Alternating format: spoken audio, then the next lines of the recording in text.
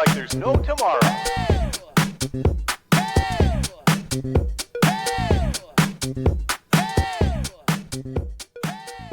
Alors maintenant, Guillaume, j'aimerais bien qu'on aille voir quelque chose qui s'est développé un peu comme une mode il y a quelques années et qu'on voit en fait à travers les sessions, à travers ceux qui l'ont pratiqué, c'est-à-dire, je parle du Reiki, comme s'ils l'avaient laissé tomber et certains nous disaient que parlaient d'une sorte d'énergie un peu lourde, comme si elle était devenue lourde. Voilà. Alors moi, j'aimerais bien qu'on aille regarder ça.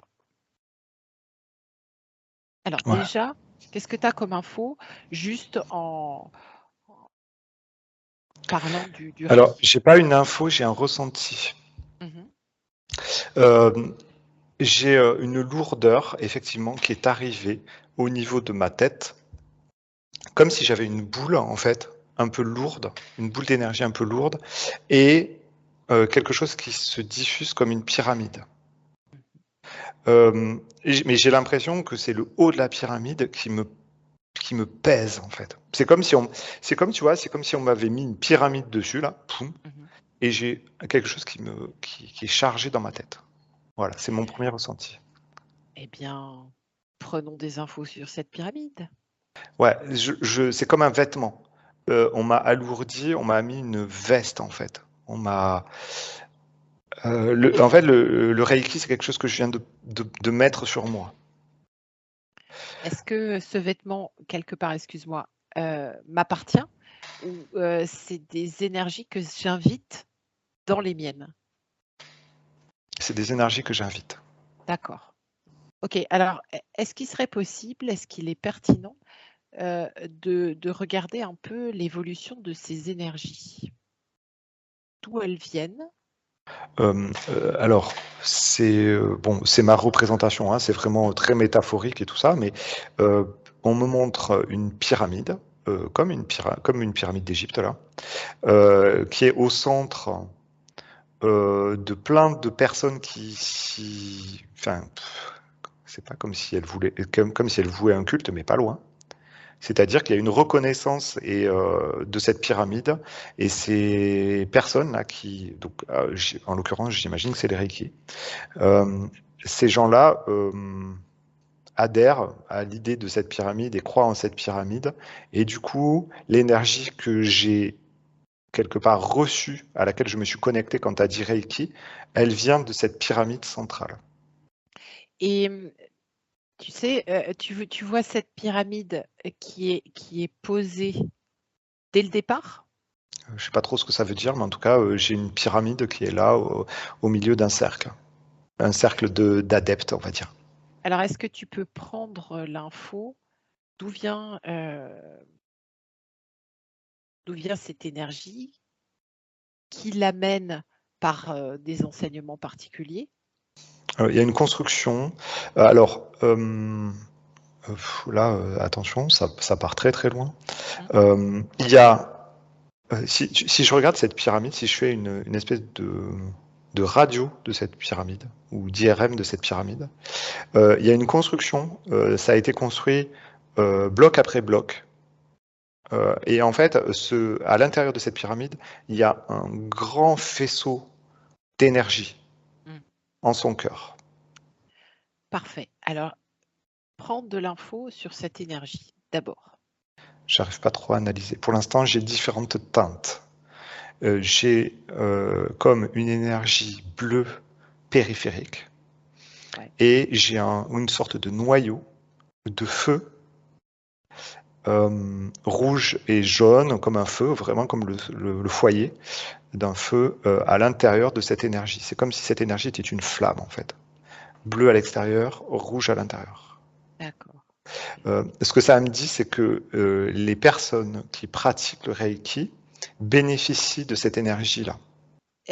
Si l'énergie te disait, t'expliquer sa qualité, sa fonction, qu'est-ce que ce serait?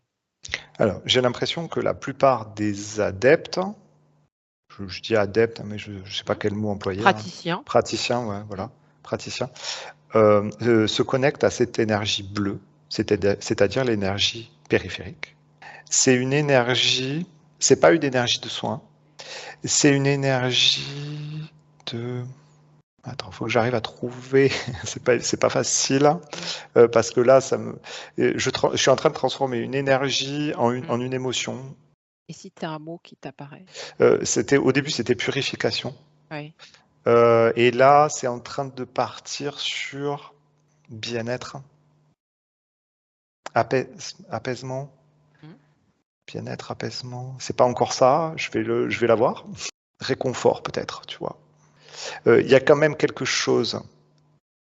Il y a quand même quelque chose dans cette énergie. Si tu veux, c'est pas une énergie régénératrice. C'est une énergie qui apaise, tu vois. C'est une énergie un peu comme un pansement quand même. Très bien, mais ceci dit, tu as vu qu'elle était associée à un feu. Ouais. On Donc peut ça, c'est le imaginer, cœur. voilà, on peut imaginer ce feu purificateur, justement, tu sais, comme quand on vient par un soin nettoyer, brûler, transmuter, tout ce qu'on veut, et puis que l'énergie bleue vienne apaiser la brûlure, finalement. Ouais, mais sauf que on dirait que les praticiens, c'est-à-dire qu'ils ont juste, on va dire, Côté apaisant. le côté apaisant, ouais, et le côté... Tu sais, c'est comme si l'énergie pure du Reiki, alors je vais l'appeler comme ça, hein, l'énergie pure du Reiki était une énergie très puissante, mais qu'en fait, que les gens ne se connectent juste qu'à l'émanation et à la dilution de cette énergie. En même temps, si cette énergie est très puissante, on peut comprendre qu'il faille peut-être certaines qualités ou capacités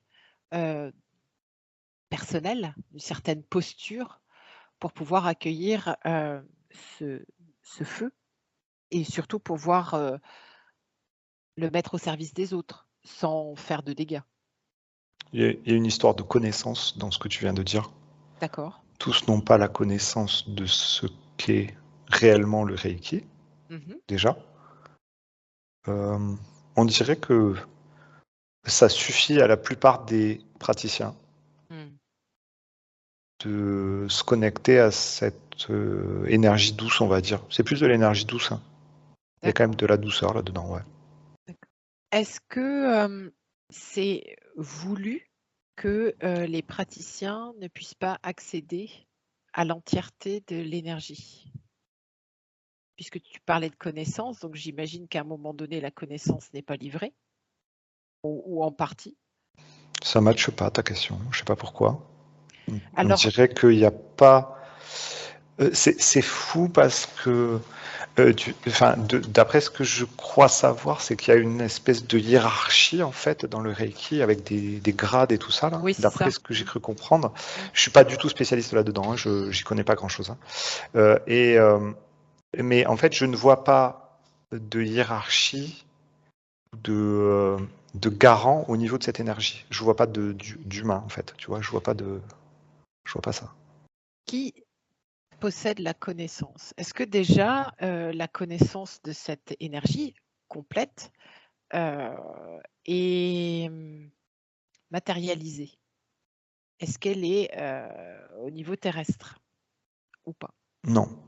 Donc j'imagine que il faut une certaine posture intérieure pour pouvoir accéder aux connaissances. Oui, il faut avoir une posture et quand même, ça parle de se brûler les ailes quand même. Hein. Ça parle de quelqu'un qui se connecterait au cœur du Reiki, donc de cette énergie, pourrait se brûler. C'est comme un feu puissant, tu vois. C'est vraiment ça. Alors, pourrait se brûler, mais j'imagine qu'avec les connaissances et donc la maîtrise, entre guillemets, de cette énergie, tu peux l'utiliser que ce soit profitable pour toi et pour les autres. Ouais, tout de suite, c'est qu'est-ce que tu en fais. Voilà. C'est vraiment ça. Hein. C'est On dirait que c'est comme toutes les énergies qui existent dans l'univers, tu peux te connecter à elles, mais après, c'est dans quel but?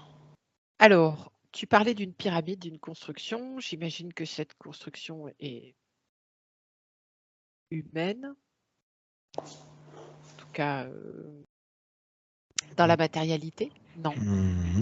Moyen. Ok, ok. Alors posons la question. Qu'est-ce que cette pyramide? Protection. En fait, ça protège les accès, déjà, À cette fameuse connaissance? à cette fameuse énergie, ouais. L'énergie elle-même? Tous les gens qui l'ont pratiqué. Attends, ça remonte quand même assez loin. Je vois un cercle d'êtres qui, à un moment donné, ont comme mis des pierres autour d'un feu, tu sais, pour pas qu'ils se propagent ou pour pas qu'il leur échappe. On dirait qu'il y a un truc un peu comme ça. On a commencé par découvrir cette énergie et on l'a protégée. Et je vois de l'humanoïde, mais je vois pas forcément d'humain là, à la base. Est-ce que c'est plus pour préserver les humains justement et Non, non, d'une non, manipulation hasardeuse d'énergie? Non, non, pas du tout. non, pas du tout. Les humains sont pas là-dedans. Non, mais ce que je veux dire, c'est que il y en a qui ont eu accès et qui se sont dit: «Ouh là, on va pas leur mettre entre les mains comme ça, il faut pas qu'ils accèdent à ça pour qu'ils le manipulent», comme je viens de le dire, de manière hasardeuse et dangereuse. J'ai demandé est-ce qu'il y a eu des actions qui ont été faites pour les humains, ça dit oui. Mais les premiers qui ont construit, qui ont bâti des choses autour de cette énergie, c'était pas orienté pour les humains. D'accord. On a quand même bâti des choses pour éviter que n'importe qui ne puisse y accéder à tout moment. Alors, est-ce que c'est agréable ou désagréable, évolutif ou involutif? Ça me dit involutif. C'est-à-dire qu'il y a quand même eu des actions involutives pour empêcher l'accès à cette énergie. Et là, par contre, tu vois, tout à l'heure, quand je regardais en fait la construction initiale autour de cette énergie du Reiki, je voyais pas du tout une pyramide comme je la vois là maintenant. Je voyais comme des pierres en fait qui étaient posées. Et alors que là, quand je regarde du côté humain, avec l'interaction avec les humains, là, je vois une pyramide comme en Égypte, quoi. Et là, par contre, ça me dit que les blocs en fait sont plutôt involutifs. Et j'imagine que l'involution, la volonté de restreindre, c'est pour que les hommes n'y aient pas accès. Oui. Et cette sensation, justement, tu sais que tu avais au départ, et ce que disaient certains praticiens, de sentir une espèce de lourdeur, comme si, alors certains le traduisaient par une énergie ou une pratique qui n'avait plus de sens dans la période qu'on traverse. Eh ben, c'est comme si tu portais le poids de ces énergies involutives qui ont été placées sur le Reiki. D'accord. Donc les sensations qu'ils ressentent et le fait qu'ils délaissent cette pratique est juste. Oui, mais alors, c'est très très bien fait. C'est-à-dire que c'est super intéressant. Mais là, j'y vois plus clair en fait, tu vois. On a une pyramide avec à l'intérieur une énergie qui me paraît très très intéressante. Et elle est habillée de quelque chose d'involutif. Et quelqu'un qui ne va pas justement passer la pyramide à l'IRM, ne va pas faire le scan, va juste voir les briques involutives qu'il y a autour du Reiki. Et donc toute la fausse info et tout le business du Reiki. Ouais, le business et cette espèce de culte, tu vois, qu'on m'a montré au début. Et en fait, il y avait quelque chose qui me paraissait bizarre. Et effectivement, c'est ça. Donc, il y a une espèce de culte, il y a un business, il y a un côté pyramidal, hein, forcément. Et oui, puisque je crois qu'il y a 3 ou 4 degrés. Ouais, 3 degrés, ouais, je crois. Mmh. Et 3. voilà. Mais par contre, ce qui est intéressant, c'est que le haut de la pyramide, il y a cette énergie quand même qui est diffusée, hein. Mmh. Donc l'énergie en elle-même, moi, me paraît intéressante. Enfin, là, si je regarde juste cette énergie bleue là, qui est diffusée, qui amène de la douceur et on va dire du réconfort aux personnes, Mmh. elle est intéressante. Après, dans l'effet sur du long terme, ça, bon, voilà, j'ai quelques réserves, mais qui sont plus personnelles, on va dire. Mais par contre, elle est intéressante cette énergie. Est-ce que tous les praticiens, du coup, ou comme tu disais, la majorité des praticiens, n'ont accès qu'à cette émanation, enfin, cette énergie édulcorée? Ouais, Mmh. j'ai Et c'est l'impression. dû à cette pyramide en place? Ben, en fait, il y a aussi le fait que cette pyramide crée comme un rempart à l'accès, tu vois. Ça empêche aussi la connaissance et l'accès profond à ce feu-là, à cette énergie. Est-ce que sur Terre, il y a des... La réponse est oui. Ok, mais je vais la... parce que tu es dans ma tête, mais pas forcément les gens qui Mm. nous regardent. Voilà, il y a donc des gens qui se connectent. Ok, d'accord. Est-ce que eux enseignent d'autres personnes? Oui, mais ça a du mal à être transmis. Parce que ça nécessite un cheminement profond. Ah bah oui, avec un feu, l'accès au feu. Ouais, c'est ça. Mais c'est comme si, ben justement, tu vois, il fallait prendre le temps. Il fallait prendre le temps de cheminer dans cette énergie et ne pas s'arrêter juste à la douceur et au réconfort instantané, on va dire. Il y a dans le Reiki, si je me souviens, j'ai été initiée au premier degré, mais après, voilà, ça m'a plus parlé.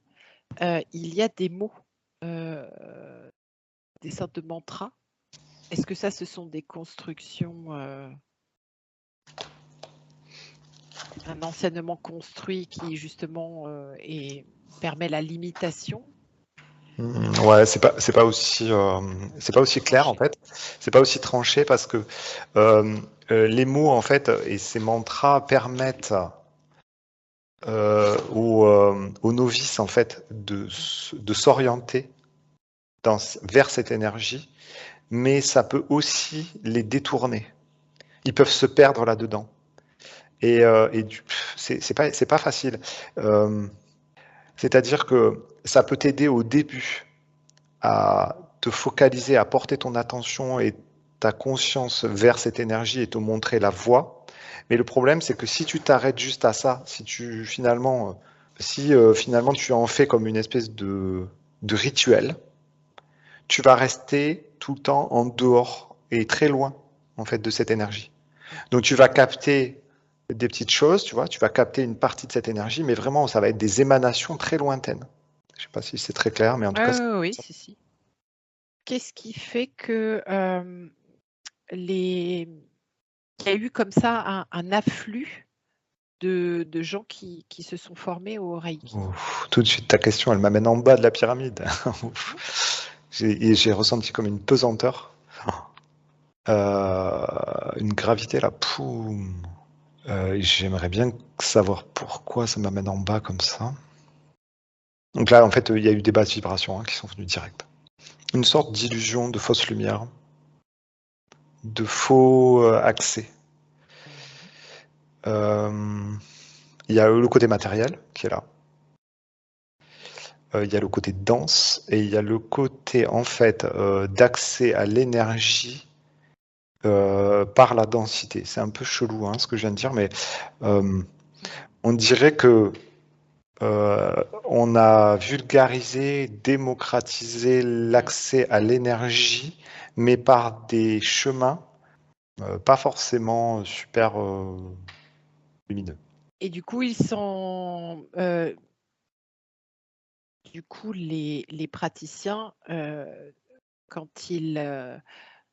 quand ils font bénéficier voilà, cette énergie à leurs clients, ils Il ne passe à travers eux que cette énergie d'apaisement, de réconfort.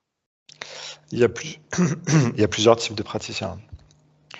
Bien sûr. Alors, non, mais c'est intéressant quand même de regarder tout ça parce que et par rapport à la question que tu m'as posée juste avant, tu as des gens qui reçoivent un enseignement Reiki, qui sont comme orientés vers la base de la pyramide, là où, on a juste des émanations très lointaines de l'énergie, Mmh. beaucoup de gens arrêtent, en fait, parce qu'ils sentent que c'est, dans des basses fréquences, OK? Donc ceux-là n'adhèrent pas au truc. Ils reçoivent une sorte d'enseignement, ils voient, ils sont confrontés à la pyramide et à toutes les choses involutives qu'il y a dessus et ils arrêtent, en fait. Et eux ne diffusent pas ou très peu cette information. Après, il y a d'autres praticiens qui ont plus de recul par rapport au truc, qui savent que tout n'est pas forcément juste autour du Reiki, mais par contre qui trouvent la voie de l'énergie, de l'élévation, et récupèrent une énergie de réconfort et de soin, enfin, j'ai pas envie de dire soin parce que c'est pas soin, c'est une énergie bleue, de réconfort et de purification, on va dire, je sais pas. Et eux, par contre, ben, en fait, ils diffusent cette énergie-là qu'ils reçoivent et à laquelle ils sont connectés. Donc là, c'est OK. Très peu de praticiens, très peu, hein, sont connectés avec l'énergie de transmutation du Reiki. La rouge, là, la rouge et jaune que je voyais là. Ben, on va s'intéresser à eux si tu veux. Est-ce que tu pourrais en prendre un?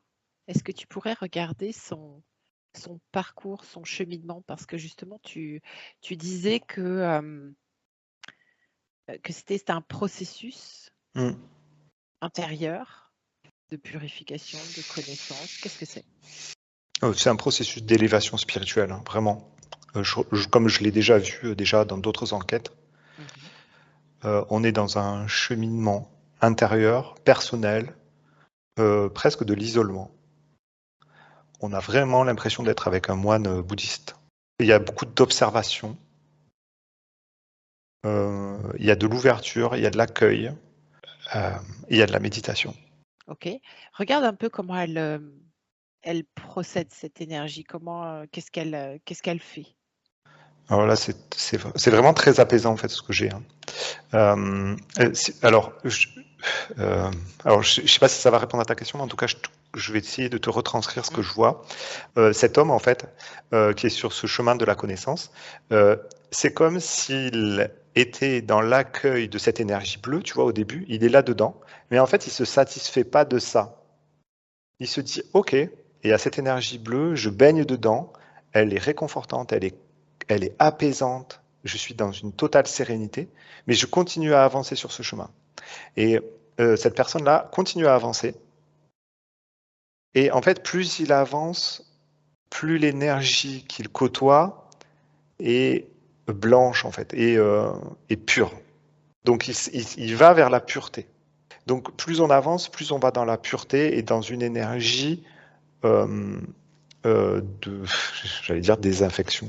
Un peu comme si c'était, comme si ça te nettoyait, que ça te lavait, comme si cette énergie, en fait, elle te purifiait. Voilà, c'est ça. C'est vraiment une énergie purifiante. Et il avance là-dedans. Donc, j'imagine que cette énergie blanche de purification, on est loin du bien-être de l'énergie bleue. Ouais. Ben, c'est un autre niveau fréquentiel. Et plus on avance, alors après, tu vois, on va même jusque. Et quand même, quand on arrive au cœur de ce truc-là, alors là, par contre, ça pulse beaucoup. On est dans une énergie rouge. Et là, on est dans une énergie vraiment qui transmute, qui est très puissante. Mais cette énergie, on s'en sert pas sur l'humain. C'est uniquement pour soi? Non, on n'y va pas là-dedans. On s'en rapproche, on se rapproche du cœur, si tu veux, mais la personne, ce dont elle se sert, en fait, c'est de cette émanation de cette énergie rouge, qui est une énergie blanche, de purification très puissante. Cette énergie rouge, on dirait que c'est le noyau. C'est assez amusant que cette énergie se présente d'abord comme une énergie apaisante. On pourrait croire que, en tout cas dans notre logique, on passe par déjà une période de purification pour ensuite se sentir déliché, apaisé, calme. Et j'ai l'impression que le fait que ce soit à l'inverse, c'est comme une sorte de test. L'initiation a déjà commencé. Parce que quand tu dis que la personne ne s'arrête pas là, à ça, et qu'au contraire va plus avant et sait qu'elle va passer un sale quart d'heure qui dure peut-être 30 ans de sa vie. Mais c'est intéressant d'ailleurs de voir comme c'est finalement inversé. Alors, est-ce que c'est juste de dire ça ou pas? Ça me parle d'un processus.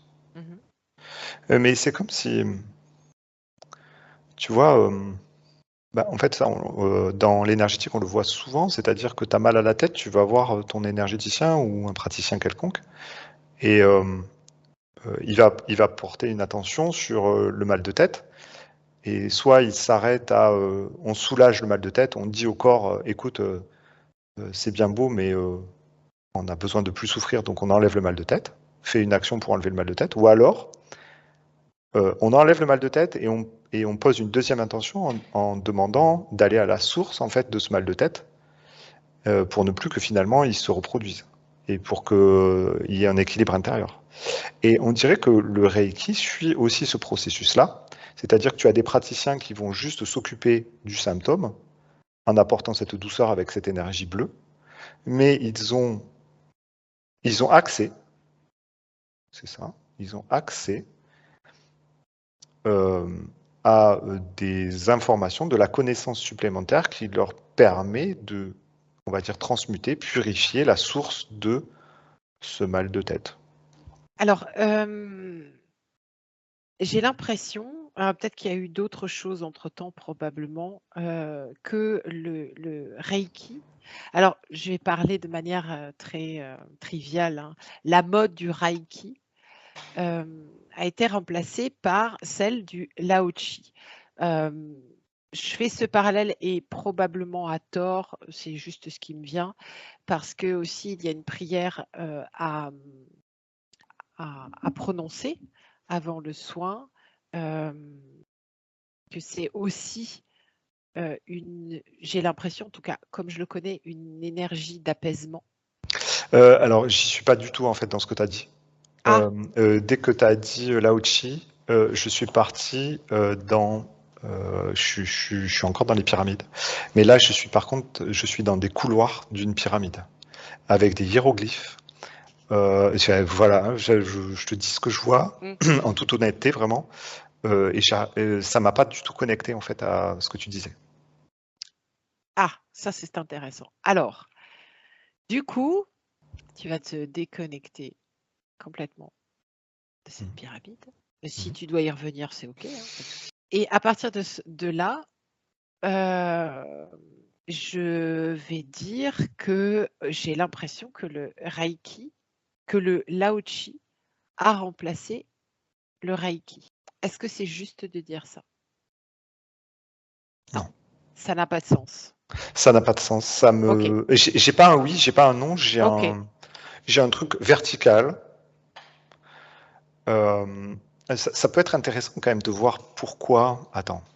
On dirait que ce sont des énergies complémentaires qui suivent un certain alignement commun, mais qui sont pas sur les mêmes niveaux de fréquence. C'est comme si je regardais un alignement de planètes. Mais sauf que, en fait, tu as l'impression que les planètes, elles sont sur un même plan, mais sauf que quand tu passes sur le côté, en fait, tu en as une qui est devant, qui est en bas, et l'autre qui est derrière, et très loin, en fait. Et en fait, c'est des années-lumière. Et tu sais, ça me fait penser au zodiaque. En fait, on a la représentation des zodiaques, nous, sur Terre, on regarde là, le ciel, machin, et on a des représentations. Et en fait, on a l'impression qu'ils sont tous sur un même plan.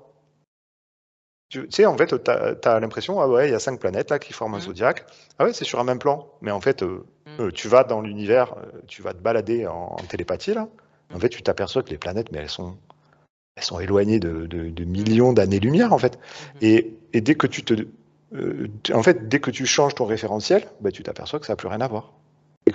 Et qu'en fait, ce zodiaque n'existe que parce que tu le regardes de ton œil d'humain. Donc, pour revenir au Reiki et toutes les autres pratiques, en fait, on essaye de trouver une certaine concordance et une certaine logique et un certain alignement qui existent d'un certain point de vue, mais en fait qui sont assez éloignés. Ok. Alors, alors, je vais tourner ma question autrement. Qu'est-ce qui fait que il y a d'autres énergies qui se présentent à un certain moment?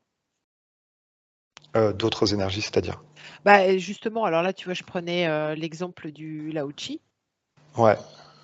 Ouais, enfin, je suis pas sûr de bien comprendre la question, mais en tout cas, ce qu'on me montre, c'est que ce sont des accès à des sources d'énergie, des connexions à des énergies différentes. Ça, je comprends, tout à fait. Mais en fait, si tu veux, alors c'est vrai que je pars de l'idée que Ah oui, qu'il y a une corrélation entre ces différentes pratiques, c'est ça? C'est ça que non, tu veux essayer d'aller voir? non, Non, c'est pas non, ça? non, non. En fait, j'ai l'impression que les différentes pratiques sont comme des modes.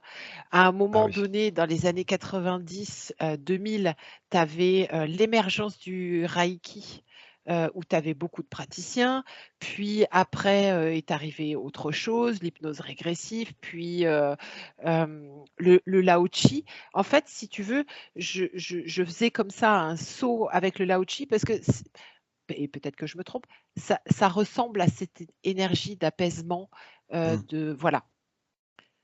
Comme si, tu sais, il y avait des modes d'énergie, aussi étranges que cela puisse paraître. Et du coup, je voulais savoir s'il y avait comme une utilité que ces énergies se présentent dans un temps particulier. Est-ce que c'était fonction aussi de la montée vibratoire ou pas du tout? Voilà. Ouais, ce que ça me montre, c'est un peu comme à l'échelle humaine, dans notre existence, enfin dans notre vie terrestre, on a des portes qui se présentent et on a des événements qui arrivent et on a accès à des énergies. Clac, clac, ça arrive au fur et à mesure qu'on évolue dans la vie, eh ben, on a des choses qui se présentent à nous. Et là, à l'échelle humaine et à l'échelle sociétale, on va dire plus, tu vois.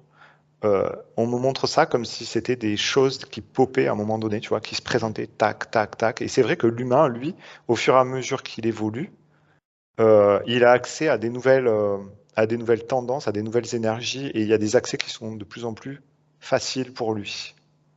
Mais ça reste quand même des niveaux fréquentiels et vibratoires. D'accord. Donc en fait, il y aura toujours, j'ai l'impression, des accès à des nouvelles énergies. Au fur et à mesure qu'on évolue, on va avoir accès à des choses. Ça ne veut pas dire que d'autres s'effacent, Mhm. mais c'est comme si on enrichissait euh, notre boîte à outils un peu. Mhm. Donc, en fait, on peut dire du coup que le Reiki est lesté par ce qui nous semblait bien à un moment donné dans cette fréquence dans laquelle on était. Mm. Mais sauf que comme on monte en fréquence, Mm. on voit du Reiki toute la basse fréquence. C'est ça en fait.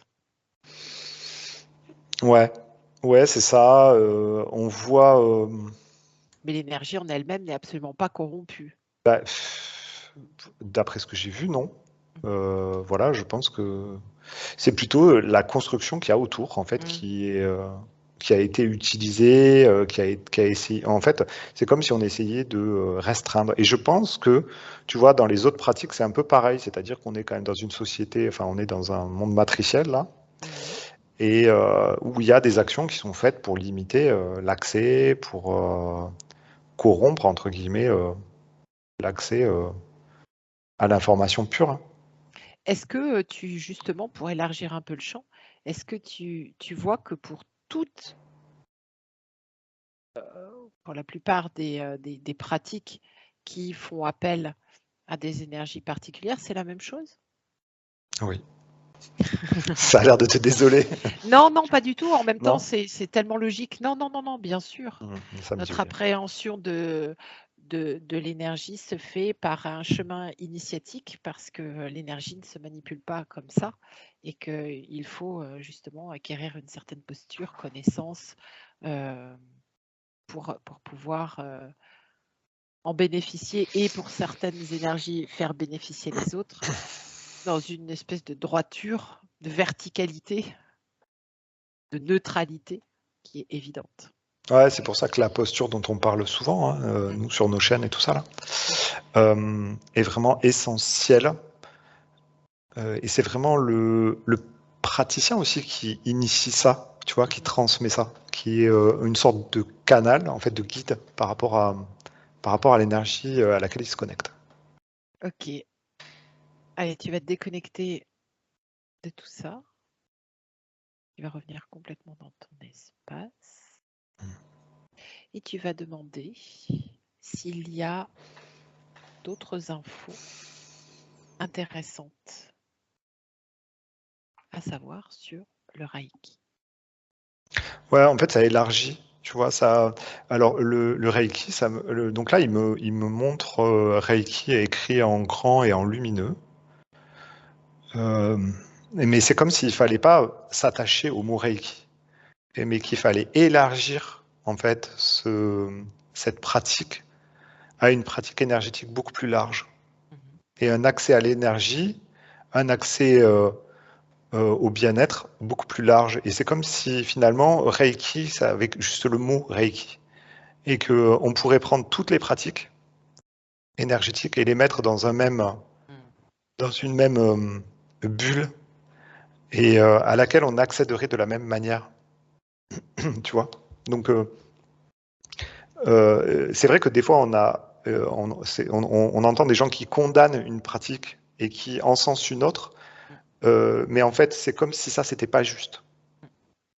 Tu vois. Et en fait, je crois que l'invitation c'est de prendre du recul et dézoomer par rapport aux pratiques énergétiques et s'interroger plutôt sur la posture et sur la façon dont on accède à cette énergie. Voilà, c'est terminé pour moi. Est-ce que c'est OK pour toi? Ouais, c'est OK, c'est bon. Alors, on va s'arrêter là. Merci Guillaume. Merci Anso.